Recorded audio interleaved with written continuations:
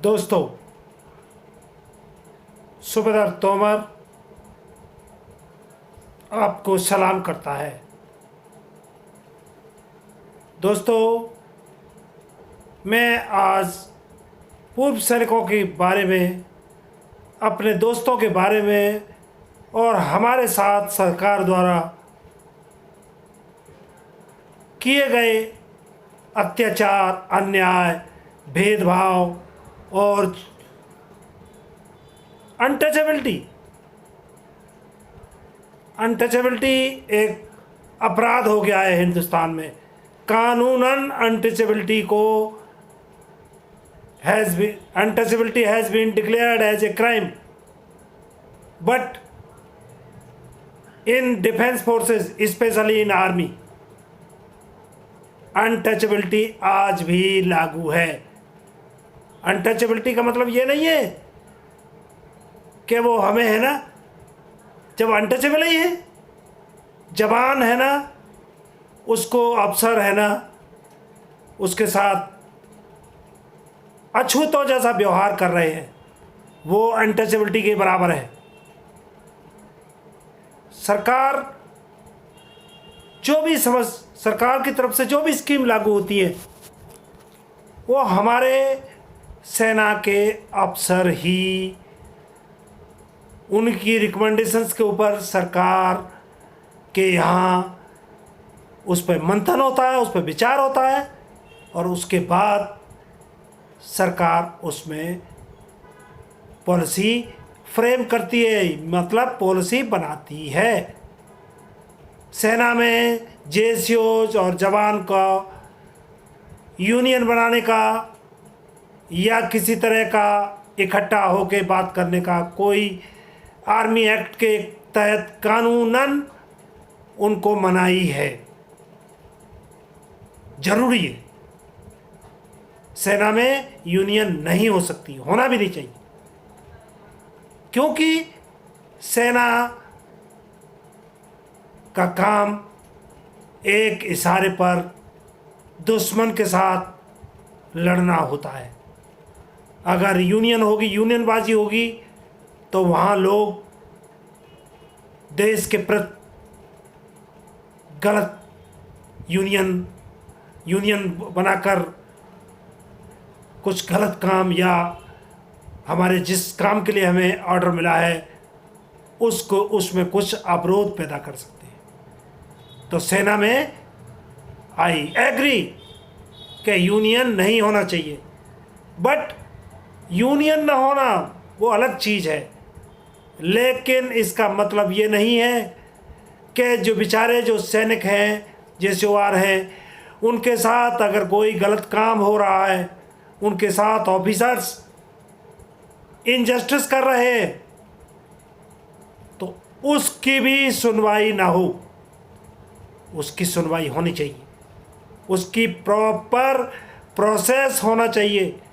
लेकिन सरकार इस मामले में विफल रही है, क्योंकि जितने भी रिकमेंडेशंस है हमारे लोगों की, जेसीओ जवानों की, उनकी तकलीफ़ें, उनके साथ होने वाले अन्याय, भेदभाव या किसी भी चीज़ का निराकरण नहीं किया जाता। उन्हीं अफसरों से पूछा जाता है जो भेदभाव कर रहे हैं, जो हमारे साथ अन्याय कर रहे हैं, उन्हीं अफसरों से सरकार पूछती है कि आप बताइए कि ऐसा है कि नहीं। क्या वो ऑफिसर्स अपने अगेंस्ट में कोई रिकमेंडेशन भेजेंगे? कभी नहीं। तो मैं सरकार से निवेदन करता हूँ कि please, there must be a process, there must be a system to seek the actual problems are being faced by the JCOs OR। सरकार को कोई ऐसा सिस्टम निकालना चाहिए जिससे JCOR का एक्चुअल उनके साथ क्या उनकी सी फीलिंग है, उनको क्या तकलीफ़ हो रही है, उनके साथ क्या भेदभाव हो रहा है, उसका कोई प्रॉपर सिस्टम होना चाहिए, जिसके लिए सरकार को इंतजाम करने की अब जरूरत आ पड़ी है। 1947 में जो 1947 में जो एक्ट बनाया गया 1950, that was a copy of Indian army act 1911। सरकार ने उस एक्ट को कॉपी किया था, संसद में पास करवा दिया था हमारे सेना के अफसरों के रिकमेंडेशंस पर। सरकार की कहीं कमी नहीं। मैं फिर सरकार को, अपनी भारत सरकार को मैं 100 बार सलाम करता हूँ। सरकार ने है ना कहीं कोई कसर नहीं छोड़ी है। सिर्फ कमी है तो हमारे ऑफिसर्स के द्वारा उनकी सिस्टम, उनकी इंग्लिश मैन मेंटालिटी। ये नहीं है 100% अफसर गलत नहीं है, 2% अफसर बहुत अच्छे, 2% अफसर बहुत अच्छे। ऐसे ऐसे अफसर मैंने देखे हैं जो जवानों के जेसीओ और जवानों के हितों में उन्होंने सवेरे से शाम तक वो लगे रहते थे। बट 98% इंग्लिश मैन मेंटलिटी की वजह से उनको कोई मतलब नहीं है जवान किस कंडीशन में जी रहा है, कैसे सर्विस कर रहा है। मेरा यहाँ यह कदाप नहीं है, मकसद नहीं है कि मैं है ना भारत सरकार से सिर्फ अनुरोध यही है कि प्लीज़ समय आ गया है, अब इनकी रिकमेंडेशन की जगह जवानों की प्रॉपर ओपिनियन ली जाए। जवानों का प्रॉपर रिप्रेजेंटेशन से कहीं ना कहीं से, मैं नहीं कह रहा हूँ यूनियन से, लेकिन प्रॉपर जवानों की अंदरूनी वो क्या एक्चुअल फील कर रहे हैं, उनके साथ क्या क्या भेदभाव हो रहा है। और जवानों के सर्विंग सोल्जर्स का, सर्विंग सोल्जर के बाद एक्स सर्विस पूर्व सोल्जर बनता है, एक्स सर्विसमैन बन जाता है। एक्स सर्विसमैन के साथ भी वही है। हमारे पेंशन के साथ जितना भेदभाव किया गया, 1 रैंक 1 पेंशन, 1 रैंक 1 के 1 और 1 रैंक 1 पेंशन 2, जो जुलाई 19 में लागू की गई, 1 रैंक 1 पेंशन 1 जो जुलाई 2014 में लागू की गई, इन दोनों में जवानों के साथ जो भेदभाव किया गया उसकी वजह से जवानों में बहुत असंतोष है।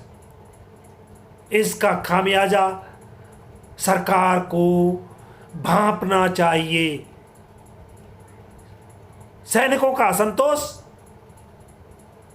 पूर्व सैनिकों का दिखाई दे रहा है आपको। जो सर्विंग सोल्जर है वो बेचारा बोल नहीं सकता, वो बेचारा बोल नहीं सकता, लेकिन असंतोष उसमें भी है।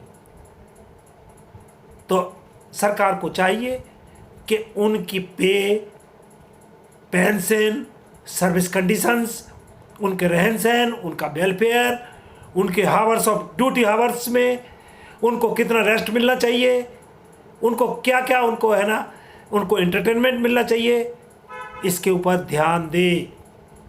Officers are least worried, they are totally enjoying themselves with their families. They are least worried about JCO जवान। सो मैं सरकार से निवेदन करता हूँ, मोदी जी आप इसमें you are a competent person. हमारे प्रधानमंत्री एक कॉम्पिटेंट पर्सन है जो हर चीज़ को संभव असंभव को संभव कर देते हैं। तो आपसे मोदी जी निवेदन है कि आप इसमें पहल कीजिए। 2024 आ रही है, चुनाव के वक्त इतना बड़ा 28 लाख पूर्व सैनिक समुदाय और उनकी फैमिलीज मिला के बहुत बड़ा एक वोटर परसेंटेज बन जाता है। इतना सारा अगर आपके किसी अनजाने में ही सही, दुष्प्रचार में ही सही, अगर सैनिक में असंतोष, पूर्व सैनिकों में असंतोष है तो उसको दूर करें। हमारी पेंशन विसंगतियों को उस पर ध्यान दिया जाए। रही बात सैनिक संगठनों की, सैनिक संगठनों से कोई आशा नहीं है। पूर्व सैनिक ये बात समझ लें, ये पूर्व सैनिक संगठन जितने भी बने हुए हैं, they are totally good for nothing. They are amassing the money through the contributions of ex-servicemen। ये पूर्व सैनिकों के बच्चों के जो हित में पैसा लगना चाहिए, उस पैसे को पूर्व सैनिक अनजाने में इनके चंदे के रूप में इनको जमा करके अपने बच्चों का जो गला काट रहे हैं, उनका बच्चों का दूध और उसमें कमी कर रहे हैं। ये लोग किसी पूर्व सैनिक की भलाई का काम नहीं कर रहे। ये अपना सिर्फ इन्होंने चंदा बटोरने की दुकानें लगा रखी हैं। ये पूर्व सैनिकों के नाम पे सारे घटिया सामान बेच रहे हैं। घटिया सामान का मतलब यहाँ बरगला रहे हैं पूर्व सैनिकों को। कहीं ये कहीं वो, इनके पास कोई तथ्य नहीं है, कोई फैक्ट नहीं, कोई फिगर नहीं है, कोई लॉजिक नहीं है, कोई रेशनलिटी नहीं है। बिना मतलब के इन्होंने बड़े बड़े है ना बैनर बना रखे और वहाँ टांग दिए, जिसमें 1% सच्चाई नहीं है। पूर्व सैनिक को हमारे बेचारे है ना, जिनको है ना 98% ऐसे ऐसे पूर्व सैनिक हैं या सैनिक जो हर तरह की हाईएस्ट नॉलेज रखते हैं। They are capable to handle very high technological equipment, but जरा policies, army act, army orders, rules regulation, भारत सरकार की पॉलिसियाँ, ऑफिशियल मैटर्स, मेरा कहने का मतलब ऑफिशियल मैटर्स, इसमें जरा वो उतने एक्सपर्ट नहीं है, क्योंकि उनका उनसे कोई वास्ता नहीं। उनको ये हमारे पूर्व संगठन, सैनिक संगठन, उनको बरगला कर, उनको बल्ले बल्ले कर, कोई एक बोल रहा है कि हम आपको मोदी के घर पे धाबा बोल देंगे, एक बोलता है हम नई दिल्ली में रेल का चक्का जाम कर देंगे, एक कहीं बोलता है कि हम बैरियर पे चढ़ के है ना छाती ठोकता है। ये क्या मजाक हो रहा है? ये लोग पूर्व सैनिकों को बरगला रहे हैं, बेवकूफ़ बना रहे हैं। हमारे पूर्व सैनिकों को ध्यान देना पड़ेगा। इनसे कहिए कि आप लोग जब तक इकट्ठे नहीं हो गए, हमारे पूर्व सैनिकों का आंदोलन का बिखराव हो गया है। क्यों? जो सही बात करने वाला आदमी है उसको लात मार के पीछे कर दिया है। जंतर मंतर पे जूतम पेजार की जा रही है, जूतम पेजार, जूते मारे जा रहे हैं। एक सैनिक दूसरे सैनिक को जूते मार रहे हैं।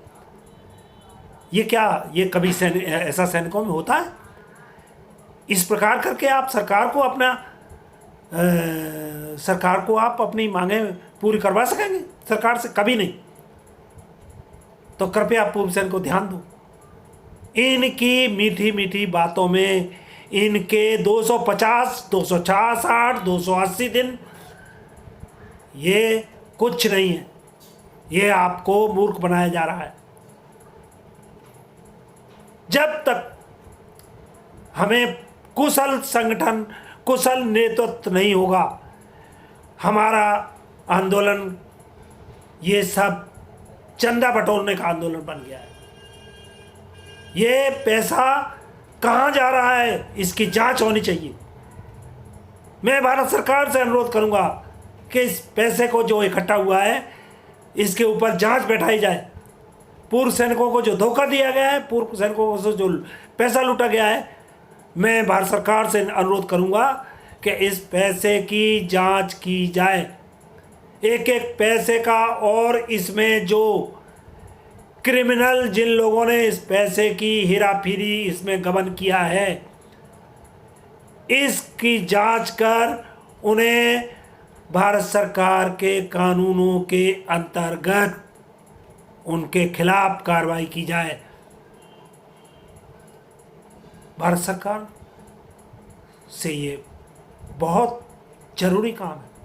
और साथ ही साथ में पूर्व सैनिकों के साथ जितना भी अन्याय हुआ है, मोदी जी, आप कभी पेंशन कभी कम होती है पेंशन किसी की? 2009 में जिसकी पेंशन सपोज 35,000 थी, उसकी 2023 में जाके 2019 में जाके आप 30,000 कर दोगे? ये कौन सी तुक हुई? इसका मतलब है कितनी बड़ी गलती है। कोई अंधा आदमी भी समझ सकता है। पेंशन कम होती है, किसी की कमी हुई? पूरे हिंदुस्तान में किस कर्मचारी की पेंशन या पे कम हुई? भूतपूर्व सैनिकों को ऐसे साथ ऐसा क्या कैसे हुआ? उनकी पेंशन कैसे कम हुई? जो 2009 में रिटायर हुआ है या 2001 में रिटायर हुआ है, उसकी पेंशन बढ़ी नहीं, कोई बात नहीं। 2000 2019 में जो रिटायर हुआ है, उसकी पेंशन कम हो गई। Same rank same pension, same rank से आया, सेम लेंथ ऑफ सर्विस से आया, उसकी पेंशन कम हो गई। कितना बड़ा अन्याय हुआ है। इसके ऊपर जांच बैठाई जाए, इसके ऊपर जांच बैठाई जाए और जो दोषी हैं उनको सजा दी जाए। रक्षा लेखा अधिकारी शामिल हों या ब्यूरोक्रेट IAS अफसर शामिल हों या हमारे रक्षा अधिकारी शामिल हों, मोदी जी इस पे ध्यान दीजिए। आपसे हमारा हाथ जोड़ के निवेदन है।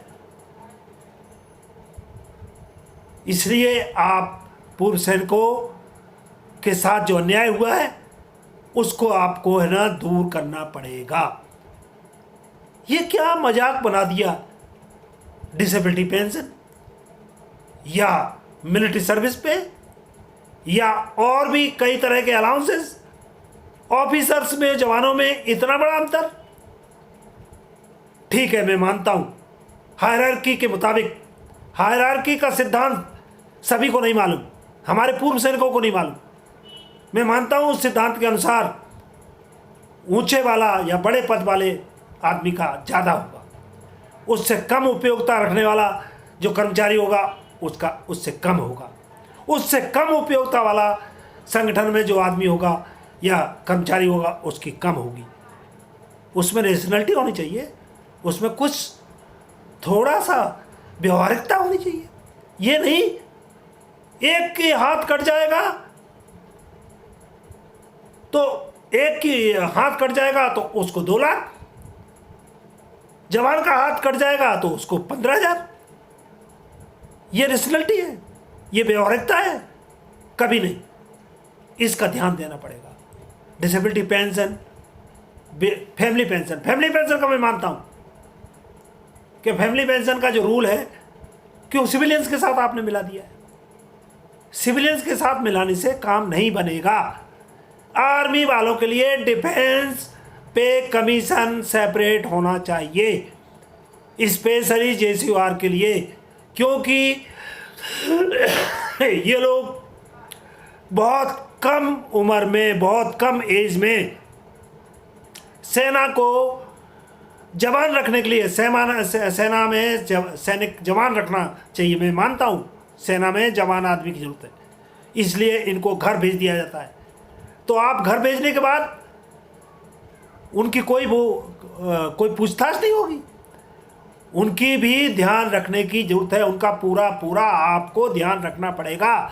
भारत सरकार का ये दायित्व है कि उन सैनिकों के प्रति अपनी पूरी जिम्मेदारी, जिन सैनिकों ने अपना प्राइम टाइम, अपने जीवन का जो मुख्य समय है, अपनी जवानी देश सेवा में झोंक दी, उनको आप है ना, आपने उनको छोड़ दिया। बेचारे है ना किसी ATM पे है ना 3rd ग्रेड की चौकीदारी कर रहे हैं, कहीं डंडा लिए हुए वो